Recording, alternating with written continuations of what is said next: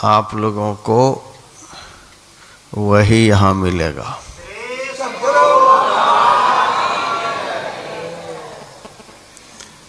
अभी आप लोगों ने श्री रामचरितमानस के पाठ में सुना, राम भगति चिंतामणि सुंदर। परमात्मा की भक्ति सुंदर चिंतामणि है। आप पता लगा लीजिए विश्व में किस देश में किसके पास चिंतामणि है, नहीं पता लगेगा। किसी के पास में भी चिंतामणि नहीं।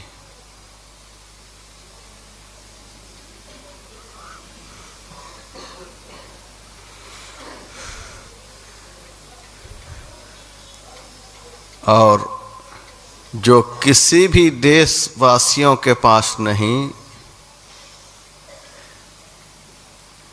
वह चिंतामणि यहाँ बैठे हुए सभी भक्तों के पास में है।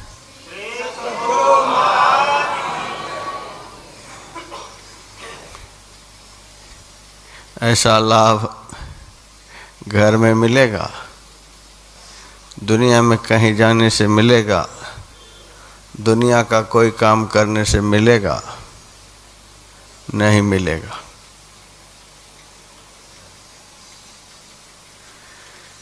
राम भगति यही सुंदर चिंतामणि है। परमात्मा की भक्ति जो आप लोग कर रहे हैं, इस भक्ति को ही चिंतामणि कहा गया। और सुंदर शब्द उसके साथ में लगा दिया, सुंदर चिंतामणि। धूल धूसरित नहीं,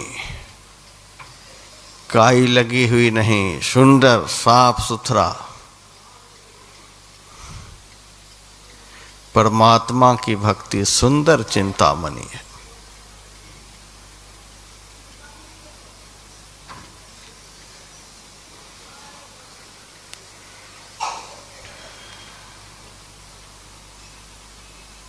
आप शब्दकोश में देख सकते हैं चिंतामणि का क्या अर्थ होता है।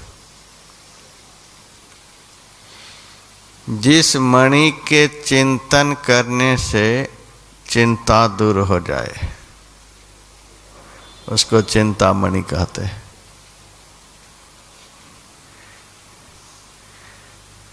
जो मणि चिंता का समूलतः सर्वनाश कर दे, उसको चिंतामणि कहते हैं।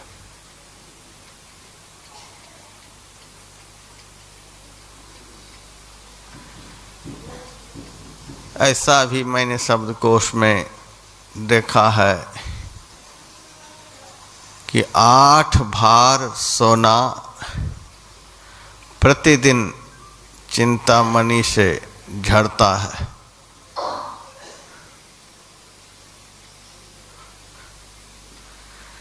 सोना झड़ते हुए तो मैंने नहीं देखा, सुना है, लिखा हुआ है। लेकिन इतना मैंने इस मणि के विषय में जरूर जाना है, जरूर अनुभव किया है कि इससे चिंता दूर हो जाती है। पक्का विश्वास।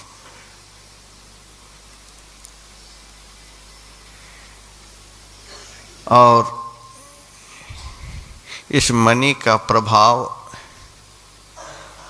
यहाँ पर प्रत्यक्ष है। सो मणि यद्यपि प्रगट जग अहई, इस मणि का प्रभाव यहाँ पर प्रत्यक्ष है। यहाँ से जाने के बाद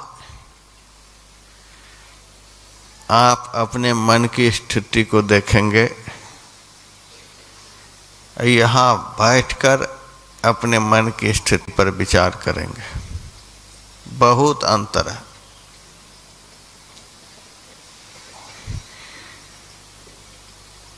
यहाँ न किसी को भोजन की चिंता है, न सोने की चिंता है, न पानी की चिंता है। चुपचाप यहाँ बैठे हुए हैं और आनंद ले रहे हैं। यहाँ से जाने के बाद देखिएगा चिंता रूपी सर्पिनी किस कदर आदमी को डसती रहती है। चिंता को सर्पिनी कहा, चिंता सांपिनी काहे ने खाया। चिंता को सर्पिनी कहा।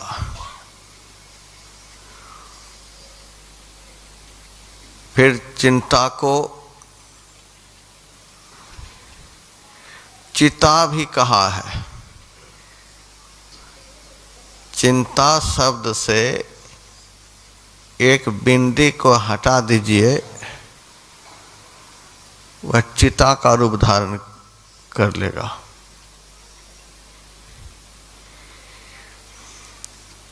और चिता पर क्या होता है, लोगों को जलाया जाता है। लकड़ी वाली जो चिता होती है उस पर तो मुर्दा को जलाया जाता है, और जिसके दिमाग में चिंता घुस जाती है वह जिंदा ही दिन रात जलते रहता है।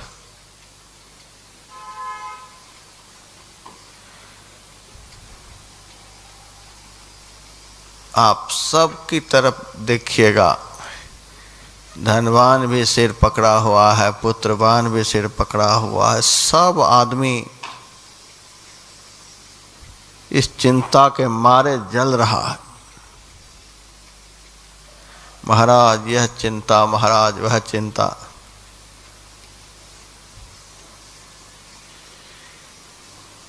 परमात्मा की भक्ति जो है चिंता को जला करके स्वाहा कर देती है। चिंता सारी दुनिया को जला रही है, अब परमात्मा की भक्ति सारी दुनिया को जलाने वाली चिंता को जला देती है।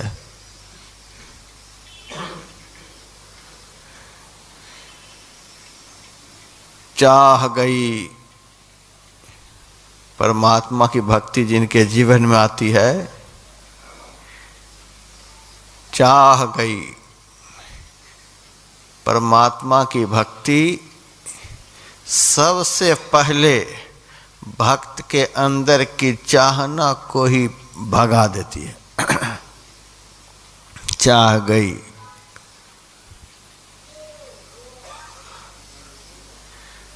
चाह गई तो चिंता मिटी। चाह गई चिंता मिटी।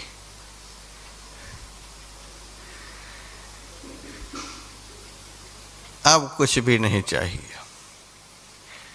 कैसा वह जीवन होगा जिस जीवन में मन के अंदर कोई इच्छा नहीं, इच्छा रहित मन, चाहना से रहित अंतःकरण कैसा होता होगा। सामान्य लोग उस हृदय की कल्पना नहीं कर सकते। शास्त्र को पढ़ते हैं, धर्म ग्रंथों को पढ़ते हैं, तो ऐसे भक्तों का चरित्र पढ़कर बड़ा आनंद प्राप्त होता है।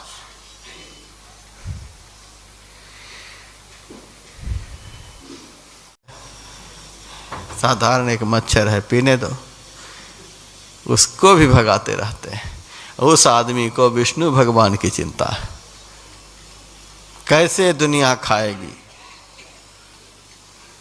फिर उन्होंने कहा, महाराज इसी तरह से आबादी बढ़ती जाएगी तो आदमी रहेगा कहाँ, आदमी पर आदमी चढ़ जाएगा। धरती सीमित है, आबादी बहुत बढ़ जाएगी, आदमी रहेगा कहाँ। शिव जी की चिंता, आबादी को कंट्रोल करने का भार है शिव जी को। शिव जी की चिंता इस आदमी को है।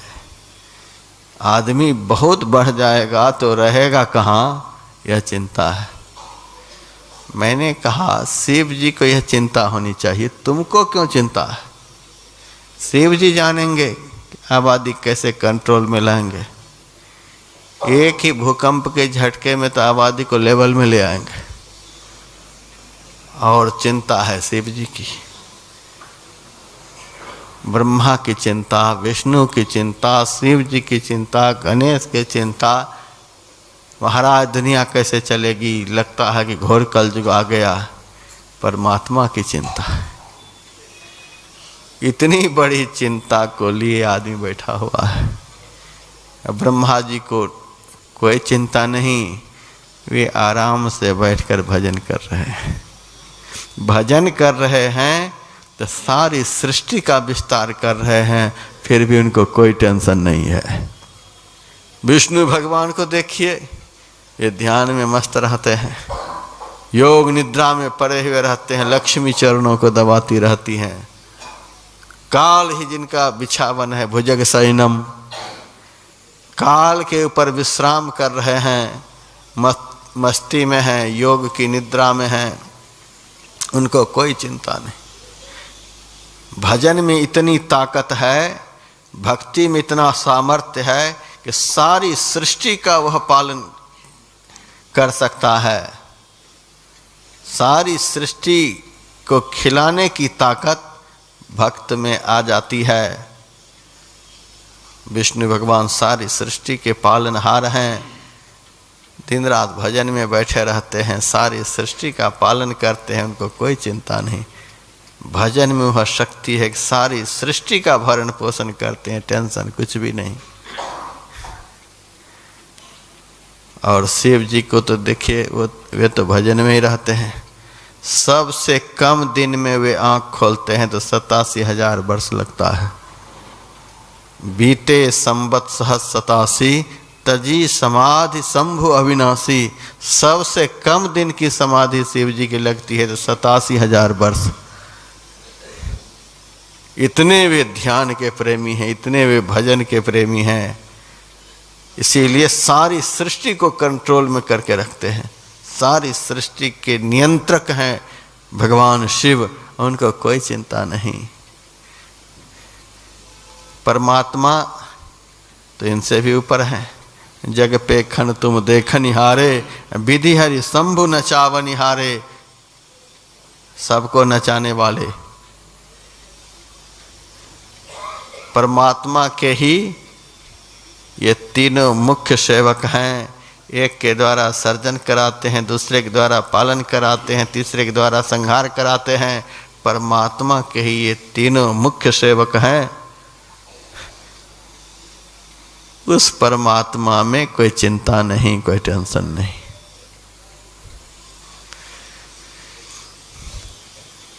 और दो आदमी घर में नहीं, चिंता के मारे आदमी मरे जा रहा है। दही नहीं खाएंगे तो मक्खन नहीं खाएंगे तो मिठाई नहीं खाएंगे। दो आदमी घर में नहीं, चिंता के मारे मरे जा रहे हैं लोग। और सारी सृष्टि का पालन पोषण संहार हो रहा है, लेकिन इन देवों को कोई चिंता नहीं है। क्यों नहीं चिंता?